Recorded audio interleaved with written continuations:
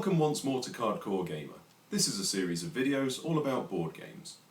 This is part 6 in my exploration into Sid Meier's Civilization the board game, designed by Kevin Wilson and produced by Fantasy Flight Games. This will be the final part of the instructional section.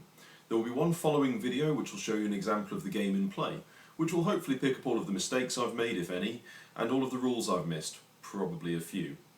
It'll give you more of an idea of how the game flows and not just the mechanics behind it.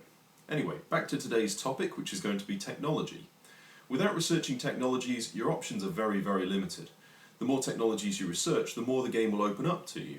Let's take a look at how this works now.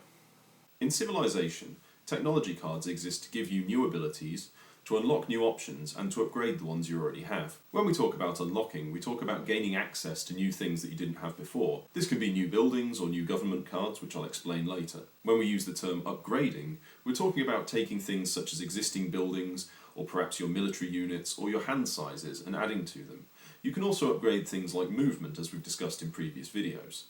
When you upgrade a building, all of your existing buildings of that type on the board are flipped over and upgraded. From this point on, however, you can't build the cheaper version and have to pay the higher cost.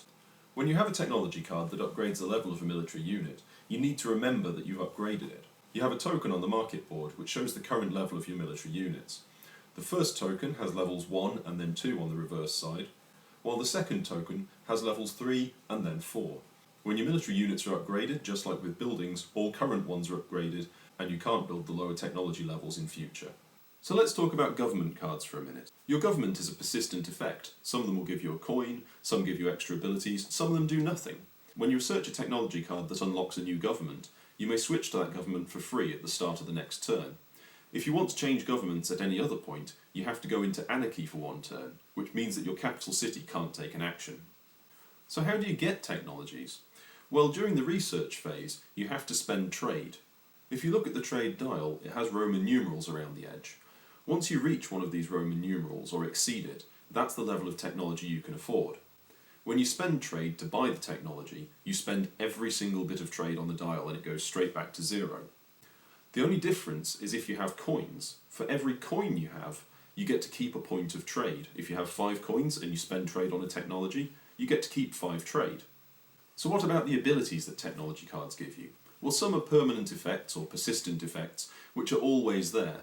Some of them are situational and allow you to gain resources or abilities if you spend resources. Some of them will allow you to gain coins by trading other resources. The next thing to look at is the technology pyramid.